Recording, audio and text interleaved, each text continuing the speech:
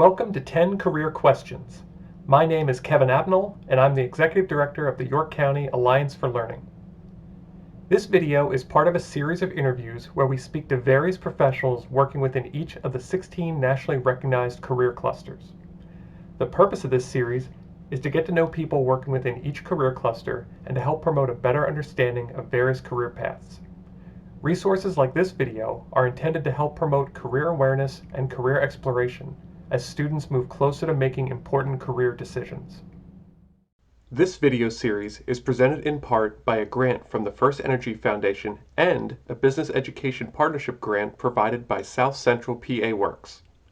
We thank both of these organizations for their support in helping YCAL continue to engage students with career education and development opportunities such as this video series. Today, we'll be speaking to someone in the Law, Public Safety, Corrections, and Security career cluster. This career cluster is focused on planning, managing, and providing legal, public safety, and protective services and homeland security, including professional and technical support services. Thanks for being here today. Welcome to 10 Career Questions. We're going to get started with question number 1. What is your name and who do you work for? Right. My name is Michael Muldrow, and I am the commissioner with the York City Police Department. Great. Now, Commissioner Muldrow, could you please describe your company a bit more for those that aren't familiar with it, and also just kind of explain the industry that you're working in? Okay. The York City Police Department is, we are the largest police department in the area, in the local region. York City is a third-class city in Pennsylvania, and we are a urban demographic of approximately 50,000 people, and that we actually serve, that we police, that we serve with a department of 100 men and women that serve this community. In total, I have about 135 employees. 100 are sworn officers, 35 are civilian support roles. Now, your title is commissioner, you had said. What are you responsible for in that role? As the police commissioner or the leader of this department, it is my job to see things on the easiest way I've always summed it up, or the way I was taught, was kind of associating it to vantage points. So you have the people on the ground, our officers, our boots on the ground, basically serving 100-foot, or then you have sergeants that are the next tier that are basically a 500-foot view. Then we have a layer of lieutenants, which is more of a 1,000-foot view. And then as the top level leadership, mine is supposed to be a 5,000-foot view, if you will. And in that role as a leader, my function is to set direction, set department mission, ethics, morals, and the vision and direction that we need to be on to make sure that we are serving our community, our public, in a way that they want to be served. Great. Now, in terms of your job history, how long have you worked in this industry, and then what are some of the past roles or maybe job titles that you've held? Ooh, okay. So this is going to get fun. I didn't get a chance to dye my beard, so it definitely it gives it away a little bit. But I've actually been in the profession for 22 years. I've been serving for 22 years. I actually started out, 23 years, but I actually started out in corrections at the prison. And then I knew that really wasn't my cup of tea. I met a lot of wonderful people and learned a lot of things, but the institutional job function of it all just wasn't really my like I said, my cup of tea. And I actually have always leaned towards the social service aspects of the career path. So I left the prison and I actually started working as a youth counselor locally here at the Children's Home of York. Subsequently moved on to the school district for my first go round, where I was a bit of a utility tool. I did so many positions, from school attendance to serving as a youth counselor there, security, teacher's aide. I just did a wide variety.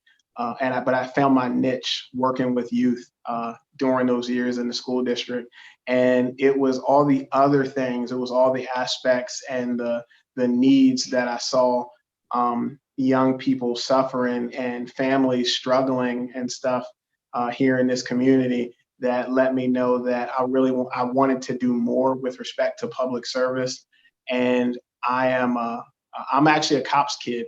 So as a cops kid, I had spent so many years watching my dad and listening to my dad as a local police officer here in this same community, and hearing him tell me that what the badge actually represented, what the uniform actually represented, that it wasn't for the thing that had drawn him to it was the fact that it represented the ability to help people in a way that most people can't offer.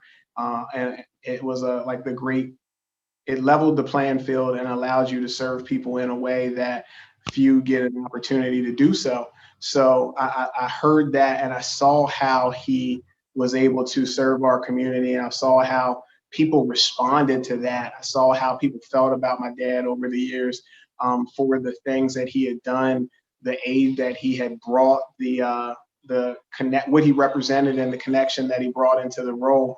And I thought to myself, man, I know I want to do more for kids. I know I want to do more for the community. So I started testing. I started testing to actually go to the same police department, New York City Police Department. Once I finally passed, and I'm open about the fact that it took me 2 tries. I can absolutely say that. It took me 2 tries. It was the testing process, and it was so competitive when I first went into the field. I laugh because there's still a few people here from when I first went through. We tested against, there were probably 1,500, almost 2,000 candidates. Back when we tested the first go around for like 7 jobs. And I remember everybody filling the gym over at York College. That's where we were testing that phase. I remember everybody being there on campus, filling the gym, looking around, almost felt like the NFL combine or something. And where you just knew that, man, like I'm competing against all these people and there's only going to be a couple of jobs. There's only going to be a couple of people selected. So the first time through, I wasn't hired. And I went back and I thought to myself, while I was bummed, I thought to myself, man, I'm not going to give up. Like, this isn't going to be the end of my story. This is something that I want. This is something that I feel like I'm passionate about. So I thought to myself, rather than kicking rocks around and being a brat about it, I'm going to evaluate what I felt like I did well, what I felt like I was strong at, and I'm going to take a look at what I felt I was weak, what areas I felt I was weak in. And I did that, and I said to myself, I'm going to fill in those blanks. I'm going to fill in those gaps. I'm not going to cry. I'm not going to pout or whine about it. I'm going to try to make myself better and stronger, and I'm going to go back the next time it's available. So I started running more. I got a math tutor. I mean, anything and everything. I actually sat down with somebody who taught me how to interview. And and it's funny because I'll share this because I feel like maybe somebody's going to watch this and they'll pick up the same technique.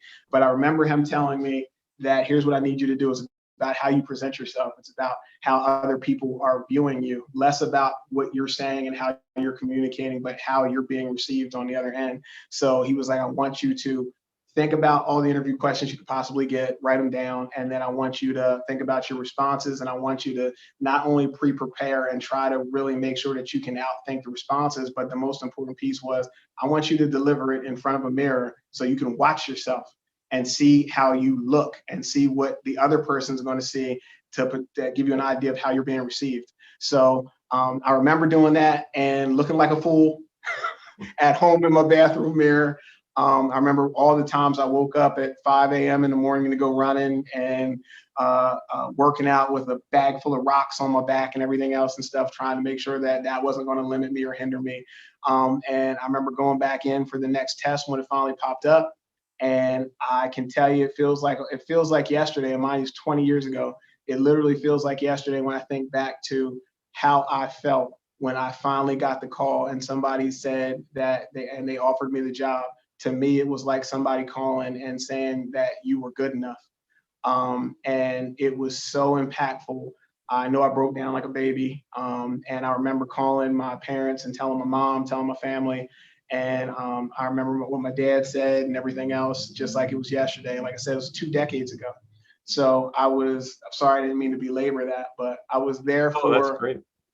I was there for approximately 8 years before, and I went through a lot of experiences, a lot of tumultuous situations, had a whole lot of ups and downs, and actually moved on and went to the federal level from that point because of some of the strains and some of the stress that I was dealing with a young family at that point. I decided to move on to a federal level, got to the federal level, and realized that for me, it was too impersonal. Mhm.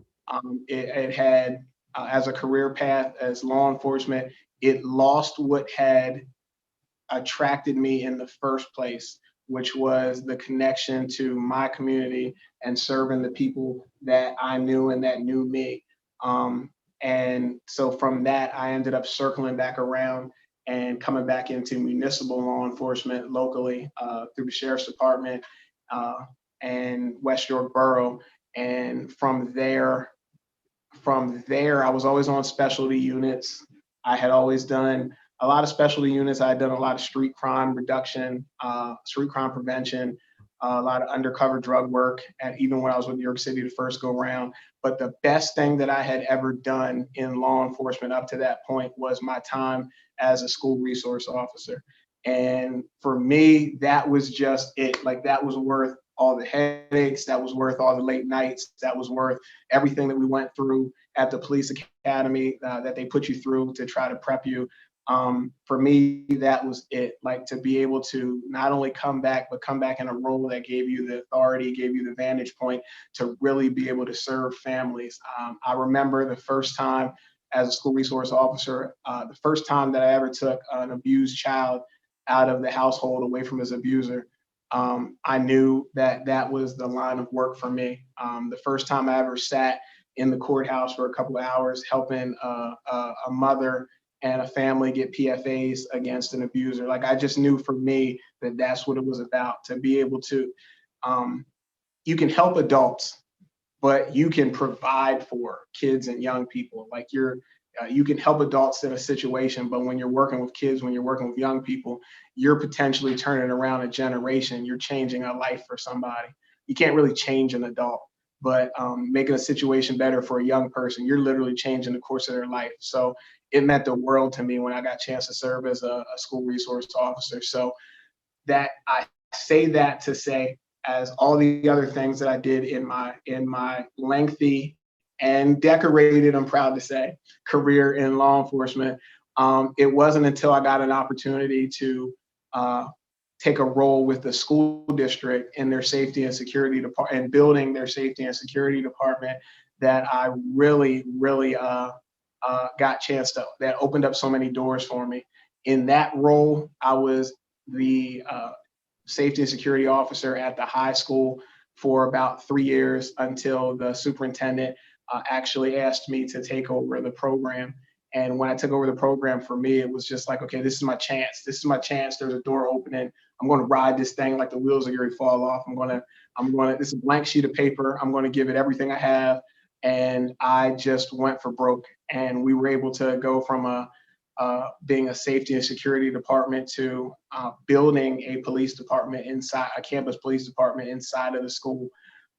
When I initially went on, I had uh, 11 employees, and I was able to build that department to a department of 45 through the work that we were able to do there, and start a wide variety of programs to serve kids and serve families, and the relationships that I was able to make over the course of those years, first as the safety and security director and later as the chief of the department, the chief of the school police department, was just amazing. For me, I loved that time because for me, it was about opening doors for other people, just like people had opened doors for me. So I had an opportunity to hire, I had an opportunity to create jobs for other people. And this is the part that I love and I'll share. Man, I actually had an opportunity to hire some of the same kids that I had worked with as an SRO. that came back to me. And I still remember one of the young ladies, and I knew her and was working with her since she was 11. I remember when she called me years later, right after she graduated from York College. I remember when she called me and she said, "Hey, Mr. Muldrow, I just want you to know, just finished up at York College. I want you to know what you meant to me and the impact that you had in my life over the years. And I want to know what I need to do to be a school police officer like you." And it actually went on to walk her through those steps. And I remember crying like a baby when I got a chance to hire her and give her her first badge. And it was amazing. It was an amazing time. I was there for approximately 13 years. I wouldn't have traded that for the world. I wouldn't go back and trade any of the things that I had done prior to that. I've been shot at a couple of times. I've lived through a death threat. If it can happen in law enforcement, I've experienced it. And I still wouldn't go back and change anything about the front end of my career because it made me who I am today, the totality of all the experiences and circumstances. And because of that, I think that's why I ended up getting the call from the mayor, who said, are you ready to step it up a notch? I'm looking for a new police leader. I'm looking for somebody like you that can come in and be creative and help connect, build things inside of our department, help connect our department to the community like I think only you can do. And he was like, are you willing? Are you ready to go from like I said, a 45 person department with a $6 million budget to a 135 person department with a $20 million budget? And for me, I remember my response was probably a little laughable on his end, but it was like, yeah, why not? Let's do it. Yeah. Like that's literally my response. It's like, I've never really been shy. I've never really backed away from challenges. I think challenges are interesting. I am naturally competitive. I'm a person who, what I know about myself and what I'm most proud of is I've learned through my 22 years of professional work that I'm a person who wants the ball. And what I mean by that is I thrive under pressure. I thrive in stressful situations. And for me, things tend to slow down. And that doesn't really unnerve me or bother me. And I think I'm always the first person to start the conversation. I'm always a person that's been willing to go first. And I think that that's carried me very well over the course of 2 decades and helped make me the person that I am today and put me in some great situations. That's great. And great career advice too, just in terms of finding out why you do things and really finding something you're passionate about, and also just taking those extra steps to really get something that you want in life. So that's really awesome. You had mentioned before about the police academy. So my next question was actually asking you if there's any sort of formal training or education you received to get to where you are now. So if you could just elaborate on that a little bit. I have all the basics. Obviously at post high school, got my associate's degree, and then when I got into the field, I've been through. First thing I went through was the Municipal Police Academy at HAC through MOPEC, and that was definitely challenging. Definitely a difficult, challenging academy. It will push you. It'll help you learn a lot about yourself and really challenge you to step up. And I believe it's designed in that way because of the nature of the job being so challenging and so demanding. So first, like I said, I went that direction, got my police academy certification, in addition to, like I said, my associates along the way. And then I ended up going to the Sheriff's Academy for my brief stint there, which was actually at Penn State, where their academy is actually held. And then School Resource Officer School 2 times, surprisingly enough, because of the 2 different career fields that I went. I went to NASRO, which is School Resource Officer Leadership Academy, and a lot of different leadership trainings and courses, but just a wide variety of trainings along the way. But I don't want to bore everybody, but between the different career paths and things that I had worked on, to include drug work, teaching, I was different certifications and courses that I was able to take and go through along the way, getting to this point. Sounds like a lot of continuing education, of course, like in many fields. That's one thing I wanted to stress just to anyone watching this, is that I kind of had the thought of once I finished school that was it. I didn't have to sit in the classroom anymore, take any more tests or anything like that. Then I realized that no, pretty much every career there's still some learning going on. I try and get through it each day without learning anything new. It never happens. Never happens. Um, Switching, so we're talking about some of the formal training and some of the, we can just maybe just say technical skills, but what are some personality traits or characteristics that you think people in your field should have to be successful? So I'm going to go with, because I've had the opportunity to touch a lot of things. Like I said, sample corrections, a lot of time with youth counselor work, institutional security or school-based security. But I would like to focus more. I think I'd like to focus more on police work, because I don't know what the audience may glean from that, or some of the other presenters that you may come across. So I feel like I'm well adept at speaking to the police work side. What I would say is, I'll give it to you from an angle of what I look for as I peel the onion and I look back on the things that were unique about us all and the people that I've worked with over the course of 2 years, but also the things that are different, but also the things that were the same. And what I would say, one of the easiest things because protective services, when you're a person that's drawn to a field that's inherently there to serve other people and potentially put themselves on the line or at risk for the safety or the benefit of others, I think there is a unique personality type. And that's part of what the psychological psychological phase of police work is. There's a psychological phase. It's a very extensive hiring process, and part of that is one of the few jobs that actually puts you through a psychological exam, just like it's one of the few jobs that actually puts you through a polygraph, a lie detector test. It's one of the few jobs that makes you actually run, climb walls, push cars, and do all the push-ups, sit-ups, and everything before you're able to get hired. It's a very unique process, police work. So what would make a person put themselves through that? What would make a person apply for and put themselves through training where you're intentionally allowing people to spray pepper spray into your face, or intentionally allowing yourself to be tased? Like, what draws people to a job that, you know, when everybody else is running away, you're going to be running towards the thing that they're running away from? What makes a person want to take on a job where you know you're going to get hit in your face and people are going to spit at you and you could potentially get shot any given day? I think that is, you hit it right on the nose. That's a character type. That's a personality type. And the easiest way to sum that up, I would say, is the one thing I found that was always in common was everybody that I came across in law enforcement had a bit of an attraction to superheroes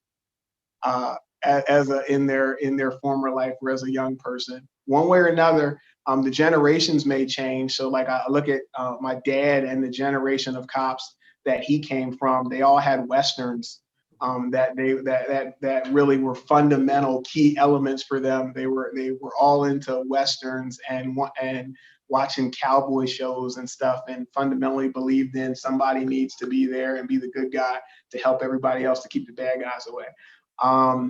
For me, being a little younger, although I'm probably older than everybody that's going to be a part of the audience watching, but for my generation, it was comic books. Like, we were all comic book kids that, you know, you grew up with the morals and the ethics and the values of comic books and shows like G.I. Joe and He-Man and Superman and Spider-Man and the Wonder Twins, and you just believed that somebody needed to be the good guy to help everybody else from being victimized by the bad guys, and so on and so forth. Now I guess young people are you have more of the Marvel generation now and stuff and everything else. So, but fundamentally the same principle was there, that you wanted to be a person that was willing to put yourself on a line to make sure that other people were safe and could go home every night in peace.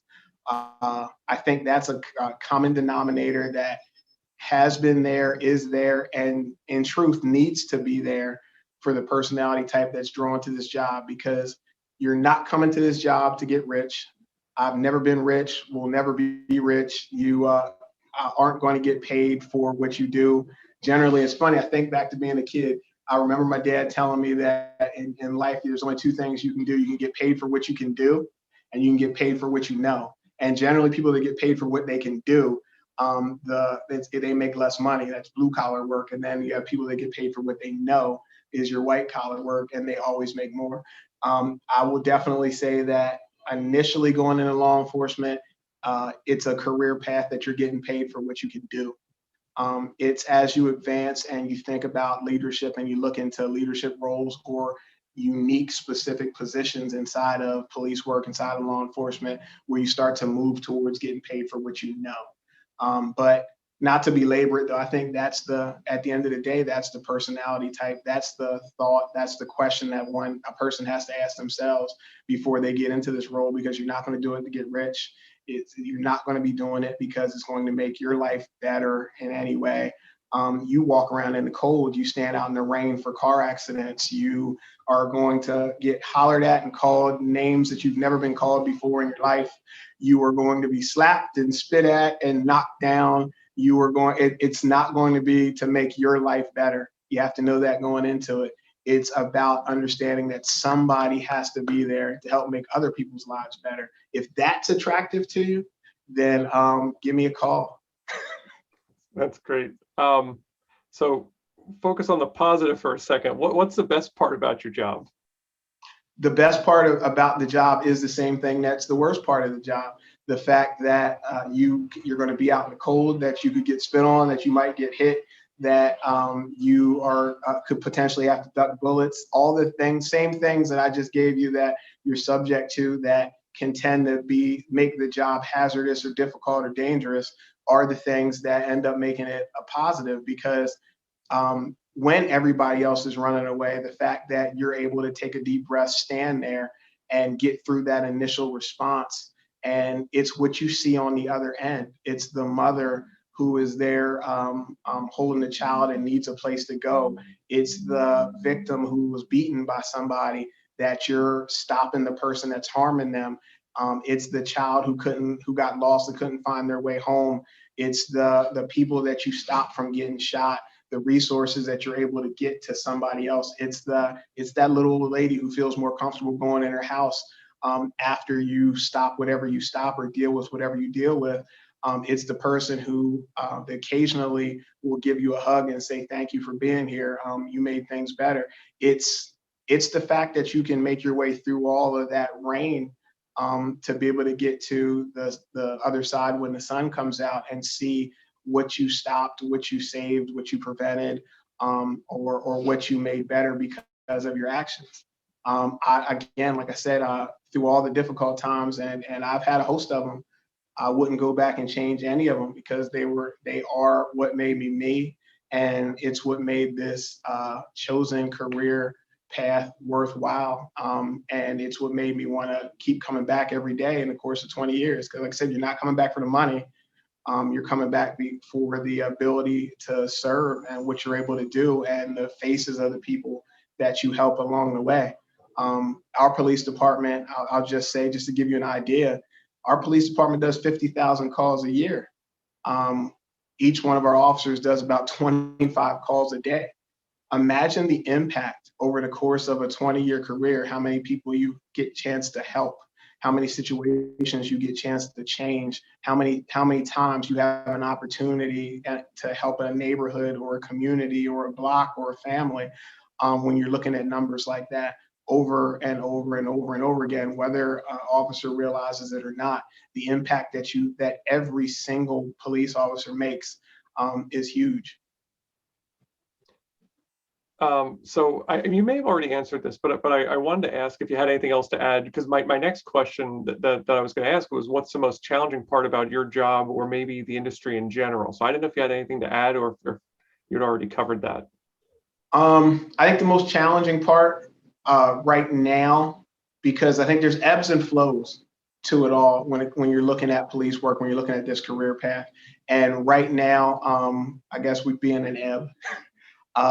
Coming off of some of the recent events and stuff, the public perception on police officers had been nationwide at pretty much an all-time low, coming off of the George Floyd murder, with that behavior, that atrocious, the atrocity that was committed by that one officer.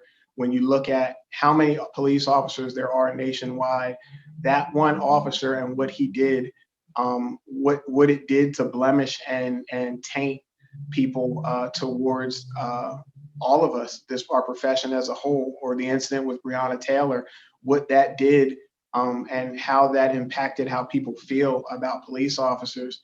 While the incidents may be few and far in between, while it may be hundreds of or tens of incidents, but there's tens of thousands of police officers, it doesn't change the fact that it corrodes the public trust and how people feel about law enforcement, and it's really devastated the profession. It's had a detrimental effect on the profession and how people feel about police officers when they show up.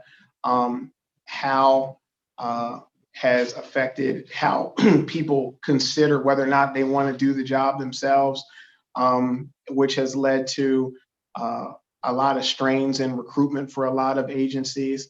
And just overall, it's just made the profession more difficult. The compliance that you get from people when you're on calls and you're trying to serve them, and you want people to know that you're there to help, but in the back of their mind, they're still dealing with the images they saw on TV or the images they may have seen on social media about the behavior of this bad officer, this bad apple. So, and the rest of us, it's like I literally work with a group all the time. And I remember when we first saw it, at least the people that I work with, the first thought was, man, like I would love to just drive to Minneapolis or drive to some of these areas and just go shake this guy and like just shake him and say, what did you do? Like, you literally just made all of our jobs harder just because you decided to go outside the box and go outside of what you were taught and take out whatever your personal biases or prejudices or feelings may have been on somebody. Like what did you do to all of us? But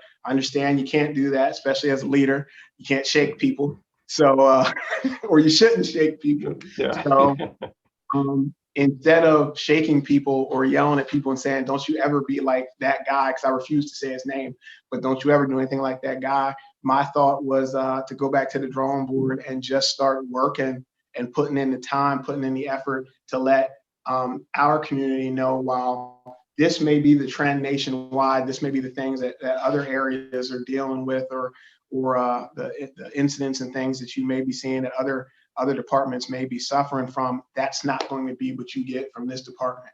You're going to get a character-filled department that's focused on serving people, that believes in the golden rule and will show you the same respect that they want to see and are going to go above and beyond to connect with you. You're going to see people that care because they realize that you're no different than we are, that when their uniform comes off, that they are people just like you. You're going to have an agency that, while I am Officer Muldrow and I've signed up to be Officer Muldrow, I never forgot the fact that I'm Mike.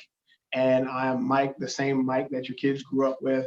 I'm the same person that goes to sleep every night like you do and lives next door to you and sees the world the way you see it and struggles with the same things you struggle with. We have decided to focus on being a department that stays in touch with our humanity. And I think because of that, we've been able to navigate a lot of the stress, strain, and angst that exists right now nationwide with respect to law enforcement community relations. And I think we're seeing that with the buy-in that we're getting from the community, at least specifically here in York.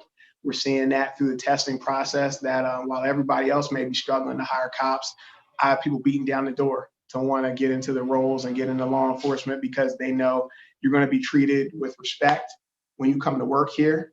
And the expectation that's on you is that you're going to go outside and you're going to treat the people in the community that I love with that same respect.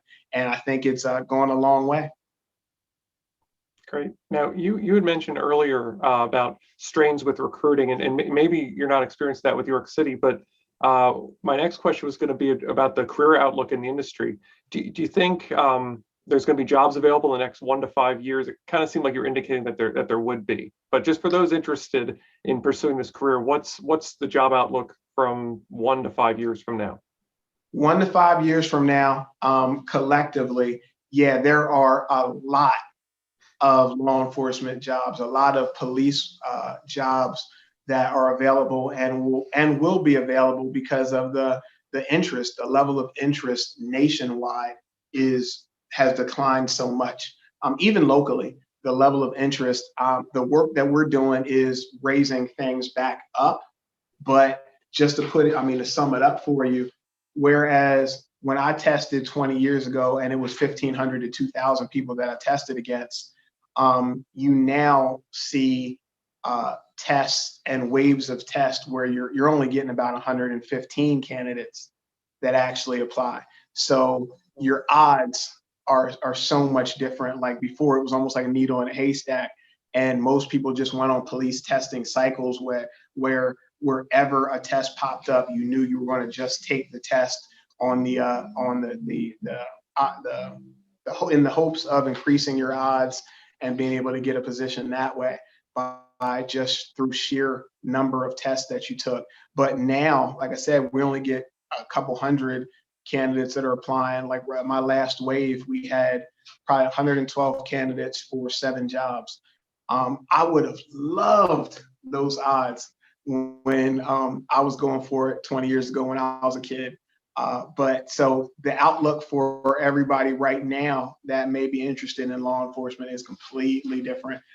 It's a lot less competitive, and there's a lot more positions available. Now we are on to the final question. This is, again, keeping in mind that pretty broad audience that's probably watching this right now, but it's mostly for high school students. So if you could give one piece of advice to a high school student looking to get into your industry, what do you think that would be? Make relatively good decisions as a young person. Try to, and I say try to keep your nose relatively clean. I say that because we recognize people are human. We're human. Nobody's perfect. Just try to do as few of the big things wrong as possible along the way, so that you can still pass a polygraph and a background evaluation. And otherwise, at least for me in this department, I understand that people do dumb things, and you are not the same person. That's one thing I would say right now, if there's any young people watching, you're not the same person that you're going to be 10, 20, 30 years from now. I know you're not going to believe that, just like I wouldn't have believed that if somebody would have told me that when I was young, but trust me, you are not going to be the same person tomorrow that you are today, because life happens. That's one thing that is undeniable. Life happens, and everything that happens and occurs or happens to you is going to impact you, is going to change you, is going to mold you. It's going to mold how you think, how you view life, and what is a priority to you, what's important to you. So just understanding that, just know that how you view the world today may be a little different tomorrow. So be open, leave yourself open to new things, new possibilities, new challenges. And like I said, just try to limit the bad decisions as much as possible so that you can leave yourself open to opportunities when they come. Great. Well, Commissioner Muldrow, that was the 10 questions. Thank you so much for taking the time to do this. Thank you for all your service, all your work that you're doing in the community. I've been following it. This is the first time we actually got to meet, but I'm really glad you agreed to do this. It was really great getting to know you more. And I know a lot of people that are looking into this industry are going to get a lot of help from watching this and hearing about your experiences. So thank you so much for doing that. Really, really appreciate it. Thank you for having me. Appreciate it.